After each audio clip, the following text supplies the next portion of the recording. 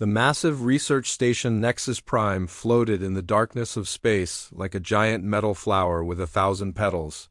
Each petal was a different section built by one of the 12 most advanced species in the galaxy. The station was so huge that small ships looked like insects flying around its edges. Inside the main auditorium, beings from across the galaxy gathered for the annual meeting of the Galactic Council of Scholars. The room was filled with creatures that would have seemed impossible to human eyes just a few decades ago. Some floated in the air like living clouds of glowing gas. Others stood on crystal legs that rang like bells when they moved. A few were made entirely of metal and circuits, their red eyes glowing in faces that had never been flesh. Dr. Zethkara walked to the center of the room. She was a Vorthan, standing 8 feet tall with dark green scales that covered her entire body. Her yellow eyes swept across the crowd of alien scholars as she prepared to give her presentation. Behind her, a massive holographic screen came to life. "Today I will share my research on one of the most primitive species we have discovered," she began. Her voice was deep and rough, like rocks grinding together. "The humans of planet Earth have created some of the most ridiculous stories. In galactic history, they call these stories myths and legends." The screen showed images of Earth, green forests, blue oceans, and white clouds covered the small planet. Then the images changed to show creatures that could not exist in the real world. A massive dragon with wings spread wide-breathed fire. From its mouth, a bird made of flames rose from a pile of ashes. A white horse with a single horn on its forehead galloped through a forest. Laughter filled the auditorium. The sound was strange because it came from so many different types of throats. Some beings clicked their teeth, others made whistling sounds, and a few produced noise that sounded like steam escaping from a pipe. "Look at these fantasies," Dr. Zethkara continued. "Humans actually believed these creatures were real. They told stories about dragons that could be killed by brave knights. They spoke of gods who could control the weather and move mountains. They created tales of ordinary people who became heroes and saved entire worlds." She clicked a button and knew. Images appeared, Greek gods throwing lightning bolts, Norse warriors fighting giant wolves, Egyptian pharaohs commanding the dead. Each image brought more laughter from the crowd. "The most amusing part," Dr. Zethkara said, "is how they always made their heroes start as normal people. A farm boy becomes a king. A poor girl becomes a goddess. A weak man lifts a mountain. Their mythology shows a species that cannot accept what they really are." In the back of the auditorium, Captain Jake Morrison sat in the small section reserved for human observers. His hands were clenched into fists as he listened to the laughter. Jake was 42 years old with gray hair and tired eyes. He had spent 5 years as Earth's representative to the Galactic Council, and he had heard this kind of talk before. The beings around him had evolved beyond the need for stories. The ethereals in the front row communicated by sharing thoughts directly, from mind to mind. They never needed to imagine being something else because they could become pure energy whenever they wanted. The nebulae existed as clouds of intelligent gas that could change shape at will. The constructors had replaced their original bodies with perfect mechanical forms that never got tired or sick. "Humans create these myths because they are trapped in weak flesh," Dr. Zethkara continued. "They dream of flying because they cannot leave the ground. They imagine breathing fire because they are powerless. They tell stories of heroes who never die because they know they will all die young." More images flashed on the screen. King Arthur pulling a sword from stone, Hercules holding up the sky, Robin Hood giving to the poor. Each story was presented as proof that humans were a species that lived in denial of their own limitations. "Other species tell stories about their history," Dr. Zethkara explained. "Humans tell stories about impossible things they wish they could do. This reveals a deep psychological need to escape reality. They cannot accept that they are one of the weakest species in the galaxy." The laughter grew louder. Jake watched as beings who could reshape matter with their thoughts mocked the dreams of his people. These creatures had been born with abilities that humans could only imagine. They had never needed to dream of being more than they were. In conclusion, Dr. Zethkara said, human mythology represents the desperate fantasies of a species that knows it will never be important. They tell stories about ordinary people becoming gods because they cannot face the truth that they will always be ordinary. The applause was deafening. Beings clapped with hands, tentacles, and mechanical appendages. The sound echoed through the auditorium like thunder. Jake felt something burning in his chest as he watched the greatest minds in the galaxy dismiss humanity's most treasured stories as the dreams of fools. When the noise finally died down, Jake stood up. Every eye in the room turned to look at the small human in his simple blue uniform. He walked down the aisle between rows of beings who could destroy planets with a thought. "I would like to respond," he said. The auditorium fell silent as Jake Morrison walked toward the center of the room. His footsteps echoed loudly in the sudden quiet. Every alien eye followed his movement as he approached the speaking platform where Dr. Zethkara still stood with her presentation glowing behind her. Prime Scholar Hyvex raised one of his 6 arms. The insectoid creature was 12 feet tall with a body that looked like it was made of black metal and green glass. His compound eyes had thousands of tiny lenses that all focused on Jake at the same time. "The human observer requests permission to speak," Hyvex announced in a voice that sounded like buzzing mixed with the ringing of bells. "According to council rules, you have 3 minutes to respond to the presentation." Jake nodded and stepped up to the microphone. The device automatically adjusted to translate his words into the hundreds of languages spoken by the beings in the auditorium. He looked out at the sea of alien faces and felt very small. These creatures had mastered technologies that humans could barely understand. They had evolved beyond the need for physical bodies, beyond the fear of death, beyond the limitations that trapped his species. "You have spent a lot of time studying our myths," Jake began. His voice was steady despite the fear in his chest. "But you have missed the most important thing about them.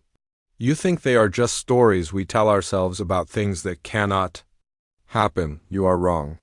A few beings in the crowd made sounds that might have been laughter. Dr. Zethkara crossed her arms and watched him with her yellow eyes.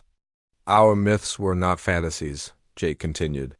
"They were instruction manuals." The laughter stopped. The auditorium became so quiet that Jake could hear the humming of the station's power systems in the walls around them. Dr. Zethkara stepped forward. "Instruction manuals for what exactly, human? How to breathe fire like your dragons? How to fly without wings like your angels? How to come back from the dead like your phoenixes?" "Instructions for becoming more than what we are," Jake replied. "You look at our myths and see proof that humans are weak. I look at them and see proof that humans refuse to accept weakness. Every other species in this galaxy has stories about their past.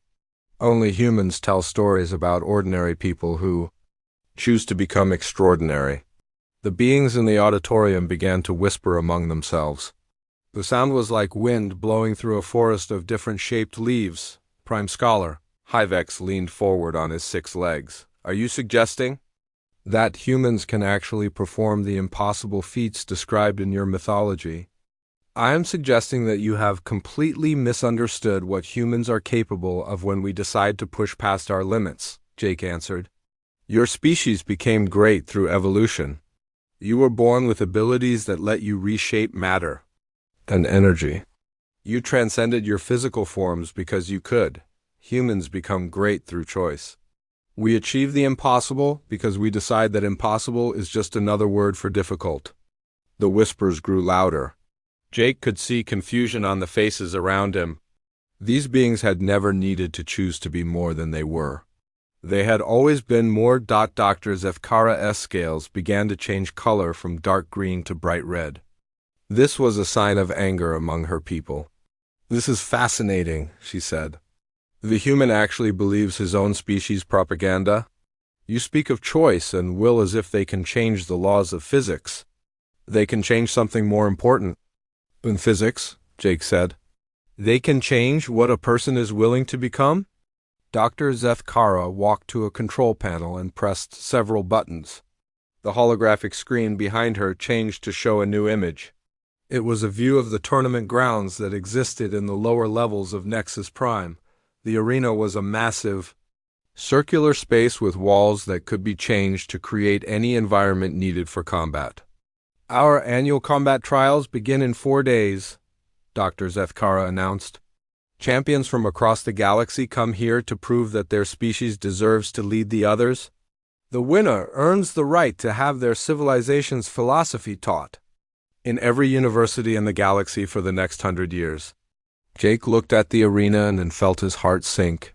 He had watched the combat trials before. The champions who competed were not just skilled fighters. They were beings who possessed abilities that went far beyond anything a human could hope to match.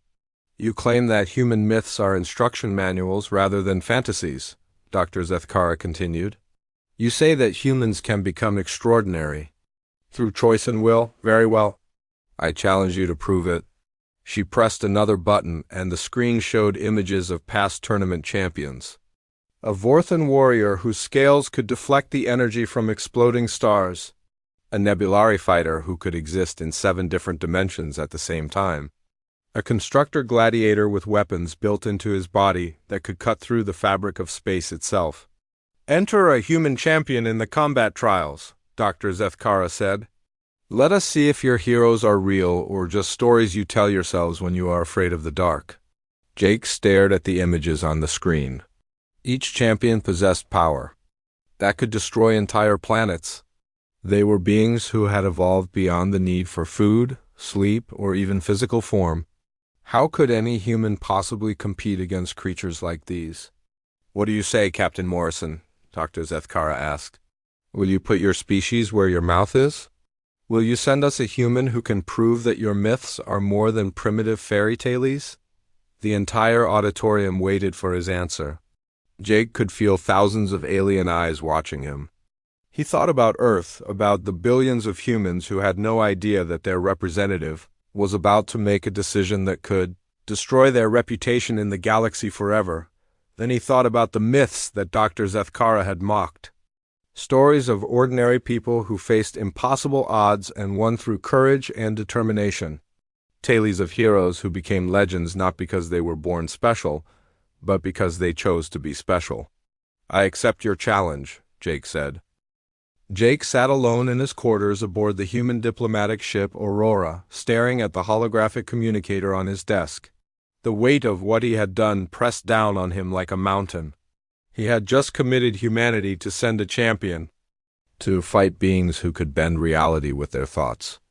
The combat trials were not just tests of strength or skill. They were designed to push each species to their absolute limits.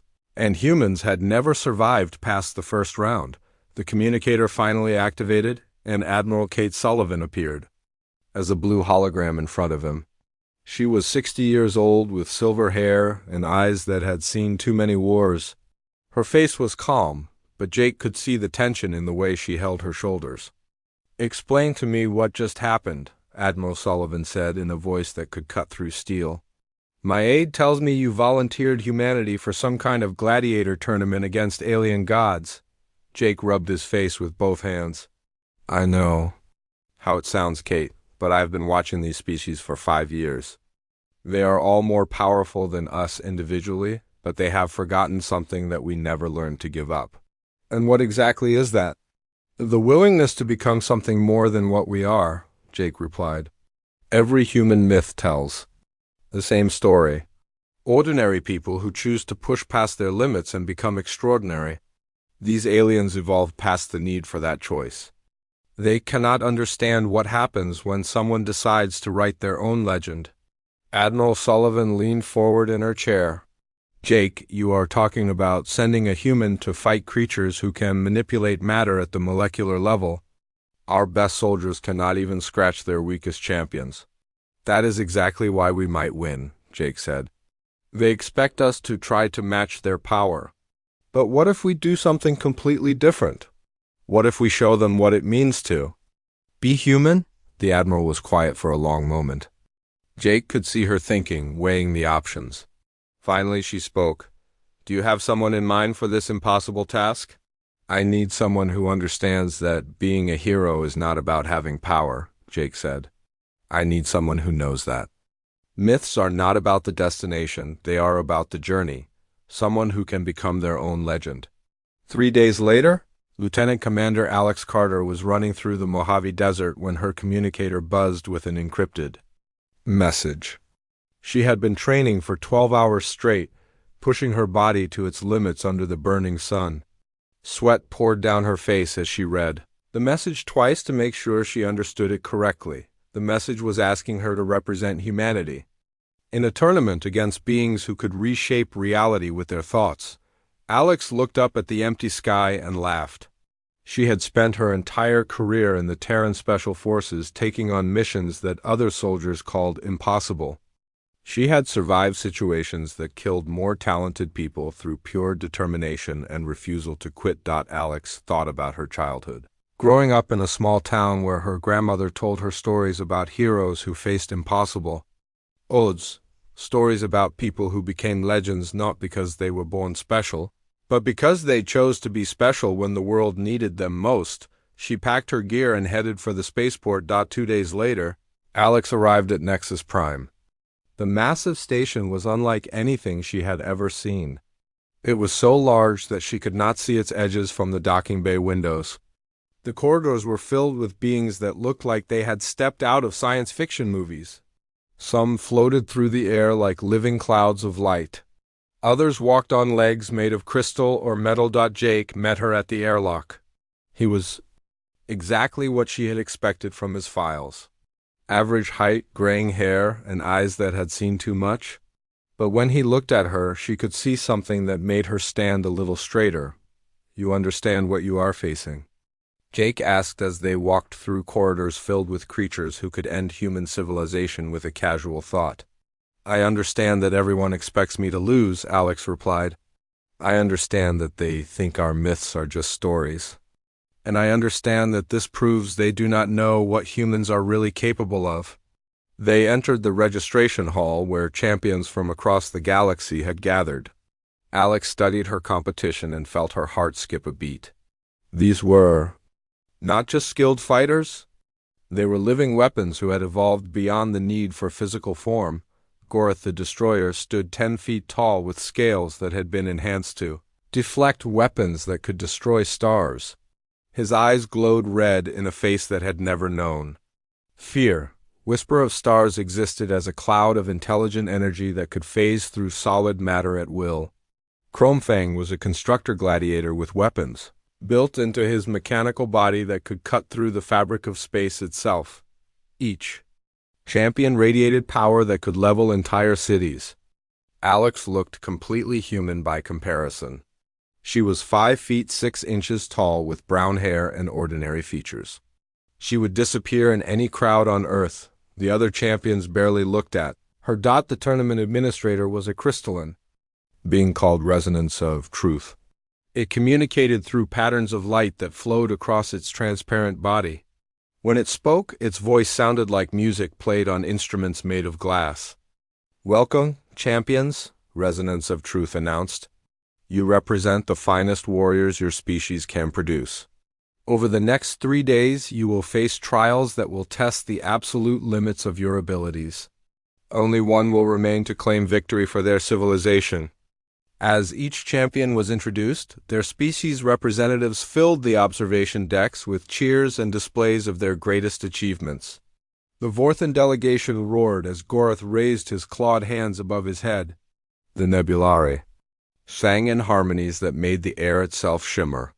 The constructors projected holographic images of their technological marvels when Alex's name was called.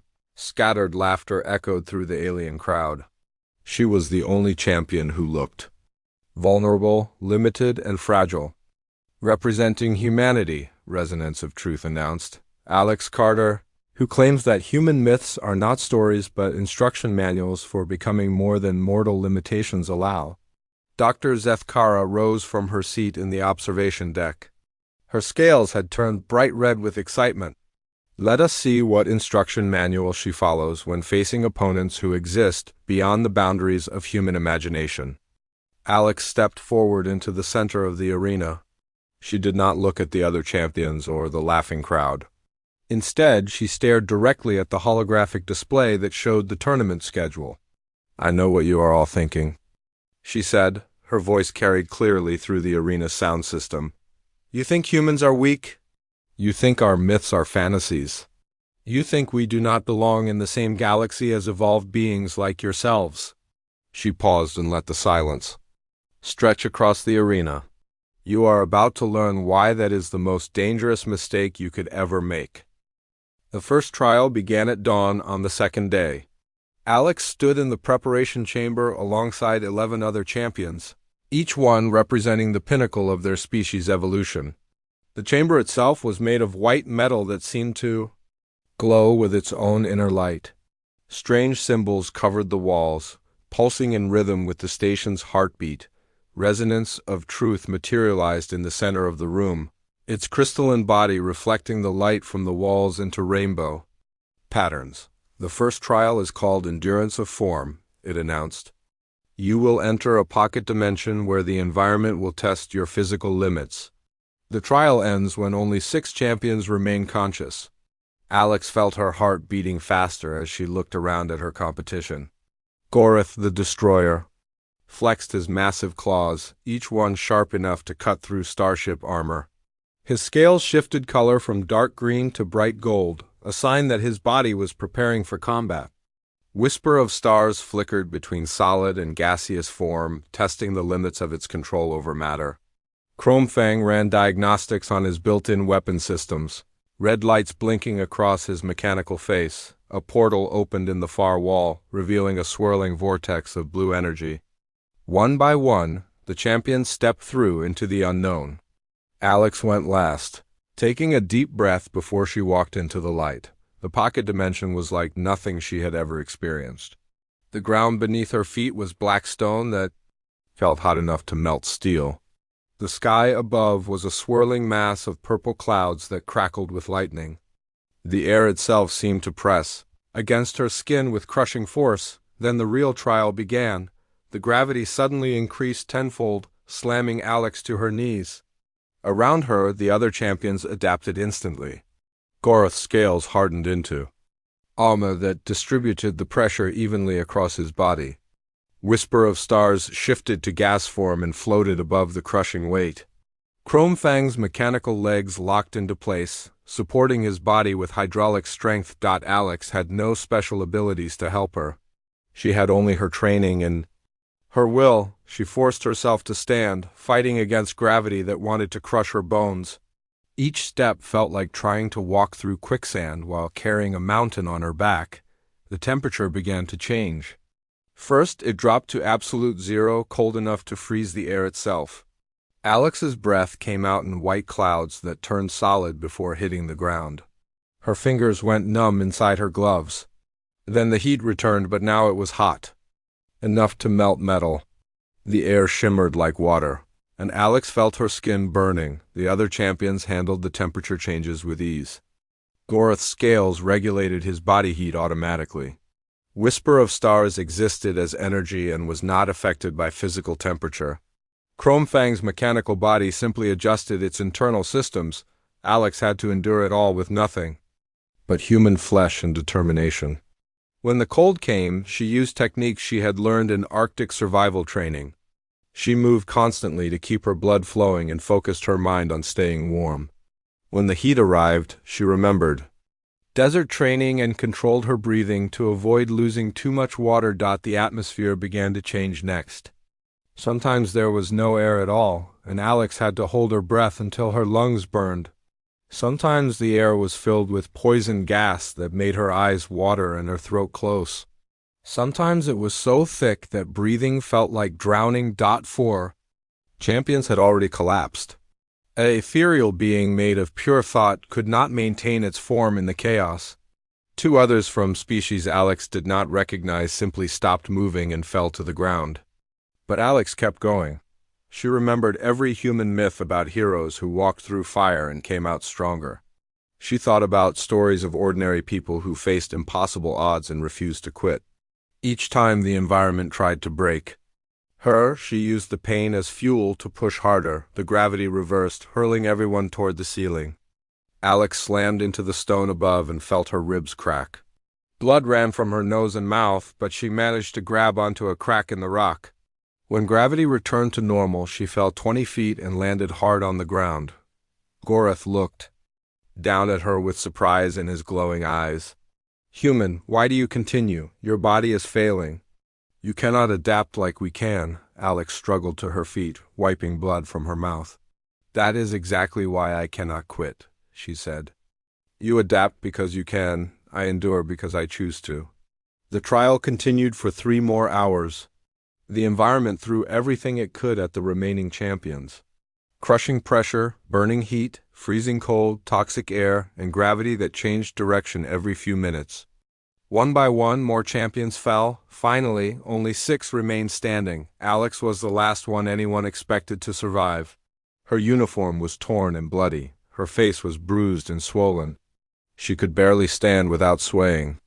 But she was still conscious, still fighting, still refusing to give up. Resonance of truth appeared in the center of the dimension. The first trial is complete. 6 champions advanced to the next round. Alex looked around at her remaining competition. They were old beings who could reshape reality with their thoughts. They had powers that could destroy planets. But they were looking at her with something she had never seen before in alien eyes. They were looking at her with respect.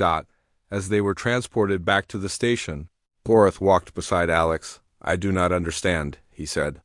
"My species has evolved past the need for endurance. We simply adapt to whatever threatens us." "How did you survive when you cannot change your form?" Alex smiled despite the pain in her ribs. "Because humans do not change our form to match the challenge. We change ourselves to overcome it. There is a difference." The Vorthan warrior was quiet for a long moment. "What difference?" "Adaptation is about becoming what the environment wants you to be," Alex replied. "Transcendence is about becoming what you choose to be, despite what the environment demands." In the observation deck, Jake watched the holographic replay of the trial. He saw Alex fall and get back up dozens of times. He saw her bleed and keep fighting. He saw her do something that no alien could. Understand, she had chosen to become more than her limitations. Aloud, Dr. Zethkara stood beside him, her scales now dark blue with confusion. "This should not be possible," she said. "Humans are not designed for that level of punishment." "Her body should have shut down hours ago," Jake nodded. "That is what makes us dangerous. We are not designed for most of the things we do. We do them anyway." The second trial began 12 hours later. Alex had spent the night in the medical bay, where alien doctors worked to heal her injuries from the first test. The medical equipment was far beyond anything on Earth, using light and sound to repair damaged tissue. But the doctors were puzzled by what they found. "Your body shows signs of damage that should have killed you," said Dr. Helion, a tall being made of silver liquid. "Yet you continue to function at peak efficiency? This is not possible according to our understanding of biology." Alex sat up on the examination table, testing her newly healed ribs. "Maybe your understanding is incomplete," she said. "Maybe there are things that cannot be measured by your instruments." The second trial took place in a different pocket dimension. This one looked like a peaceful garden with green grass and blue skies. Flowers bloomed in colors that had no names, and a gentle breeze carried the scent of honey and rain. The second trial is called Mastery of Mind. Resonance of Truth announced to the 6 remaining champions. "You will face your deepest fears made manifest." The trial ends when 3 champions remain in control of their minds. Alex felt a chill run down her spine. She had faced many physical challenges in her career, but battles of the mind were different. They attacked the very core of who you were. The peaceful garden began to change.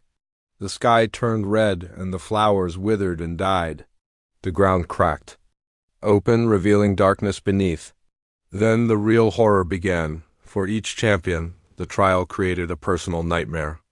Gorath found himself back on his homeworld, watching his people being slaughtered by an enemy he could not defeat. Whisper of Stars experienced the terror of being trapped in solid form, unable to change or escape. Chromefang watched his mechanical body rust and decay until he was nothing but scrap metal. Alex faced something worse than death. She stood in the ruins of Earth, surrounded by the bodies of everyone she had ever known. Her parents, her friends, her fellow soldiers, all dead, because she had failed to save them. The air was filled with smoke and the smell of burning cities. "You did this," said a voice behind her.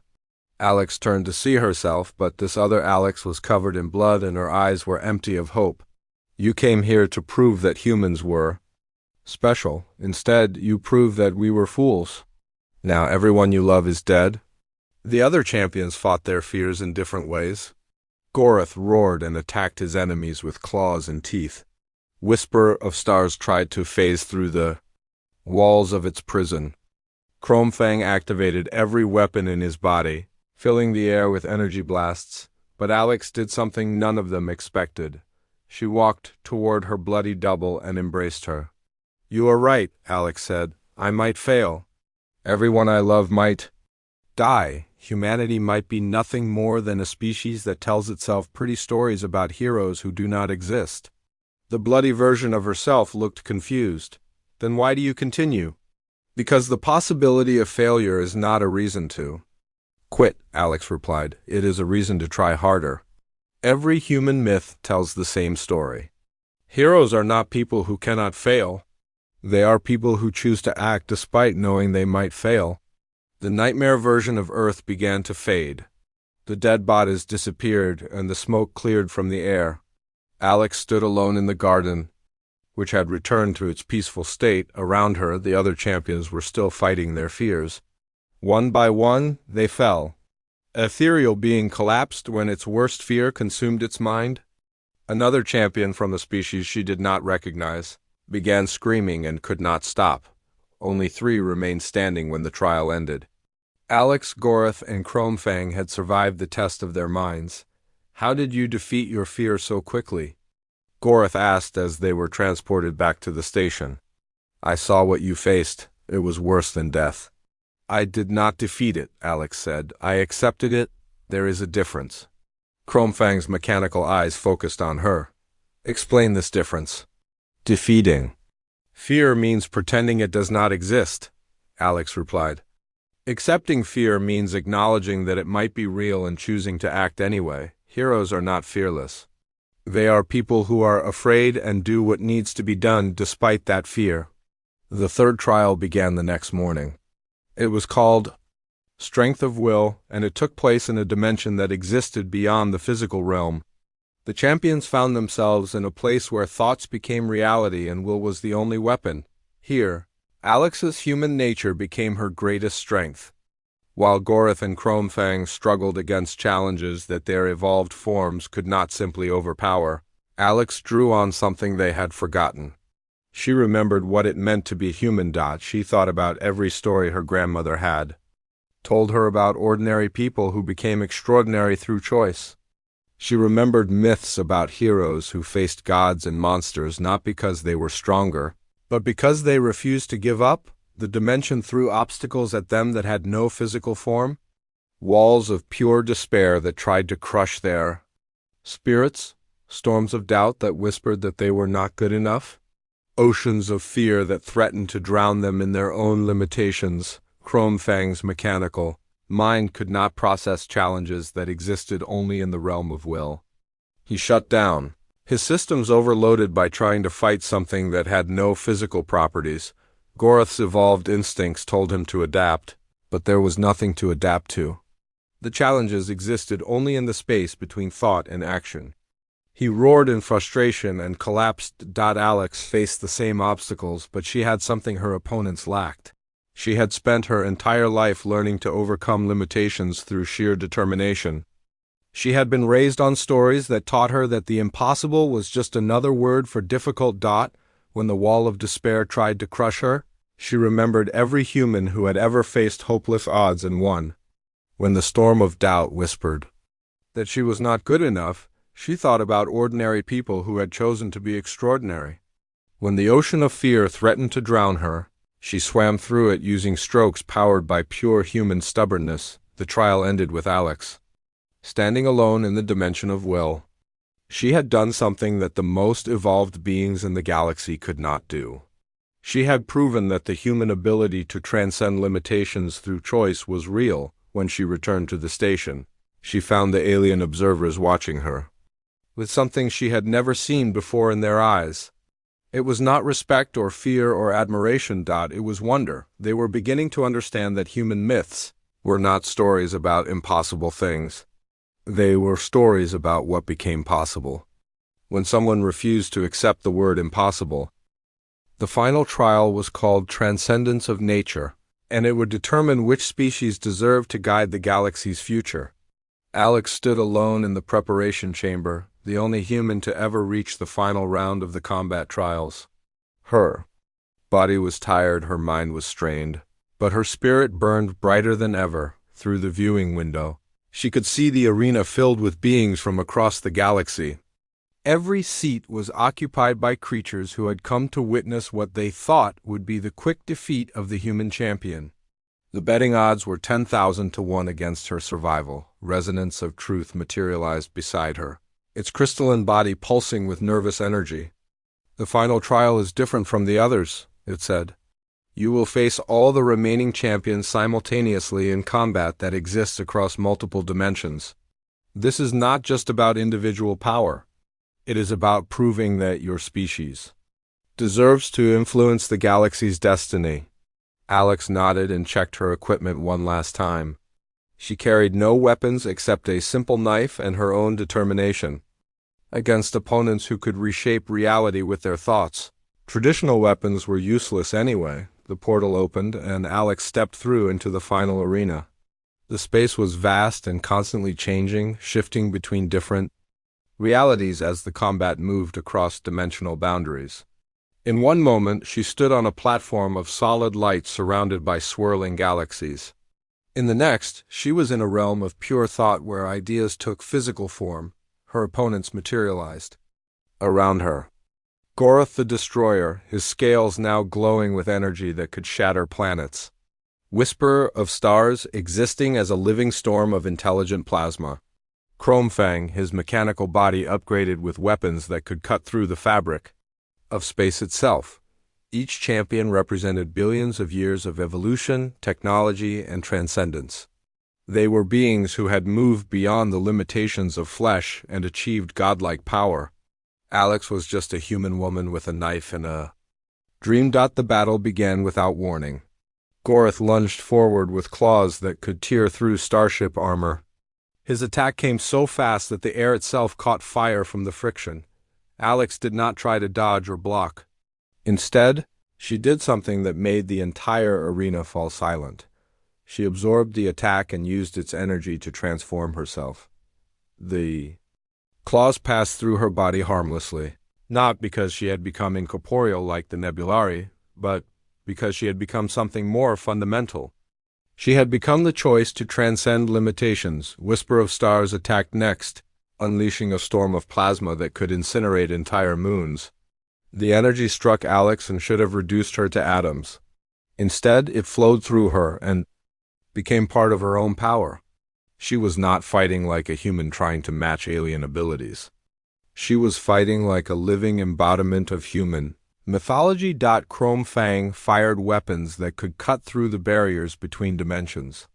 The beam struck Alex directly, and for a moment she seemed to flicker out of existence. But then she reappeared, glowing with light that had no name. "Impossible," Chromefang said through his mechanical voice box. "My sensors show that you are still human. How are you doing this?" Alex smiled as she stood in the center of the arena, untouched by attacks that should have destroyed her. "You still do not understand," she said. Human myths were never about becoming something other than human. They were about becoming fully human. She raised her hand, and the arena itself began to respond to her will. Not because she had gained godlike power, but because she had discovered something the aliens had forgotten. The most dangerous force in the universe was not the ability to reshape matter or transcend physical form. It was the choice to become. More than your nature demanded, Gorath launched another attack, pouring all his evolved strength into a strike that could split continents. Alex caught his claws with her bare hands and held them motionless. The Vorthan warrior strained against her grip, his muscles bulging with effort, but he could not move. "How?" he gasped. "Because I choose to be stronger than strong," Alex replied. "I choose to be faster than fast. I choose to be more than the sum of my parts. That is what human myths taught us. We do not need to be born with power. We can decide to have it." Whisper of Stars attempted to phase through her, using abilities that allowed it to exist in multiple dimensions simultaneously, but Alex was already there in every dimension at once, not through evolved ability, but through the simple human refusal to accept limitations. Chromefang activated every weapon system in his body, filling the air with energy that could annihilate matter. At the quantum level, Alex walked through the barrage unharmed, each step taking her closer to the mechanical warrior. "Your weapons cannot hurt me," she said. "Not because I am invulnerable, but because I have chosen to be something that cannot be destroyed by force." Alone, the three champions attacked together, combining their power in a final desperate assault. Energy that could reshape galaxies converged on Alex from all directions. The arena itself began to crack under the strain, but Alex stood in the center of the storm, calm and unafraid. She had become what every human myth promised was possible. She had become an ordinary person who chose to be extraordinary. The attack passed through her harmlessly and struck the arena walls. When the light faded, Alex stood alone. Her opponents had not been destroyed. They had been transformed, changed by witnessing something they thought was impossible. "You win," Gorath said, his voice filled with awe, "but I do not understand how." "Because you tried to defeat me with power," Alex replied. "But I am not fighting with power. I am fighting with choice. And choice is the one force in the universe that cannot be overcome by anything except another choice." The arena filled with silence as beings from across the galaxy realized what they had witnessed. They had seen a human become her own myth. Through Will Alone in the observation deck, Dr. Zethkara approached Jake with her scales now colored deep blue with respect. "Your species," she said quietly, "your myths were not instruction manuals for becoming superhuman. They were instruction manuals for becoming human, and that is far more dangerous than we ever imagined." Jake nodded as he watched Alex address the silent crowd below. Every species in this galaxy achieved greatness through evolution, technology, or transcendence. Humans achieve greatness through choice. That is why our myths matter.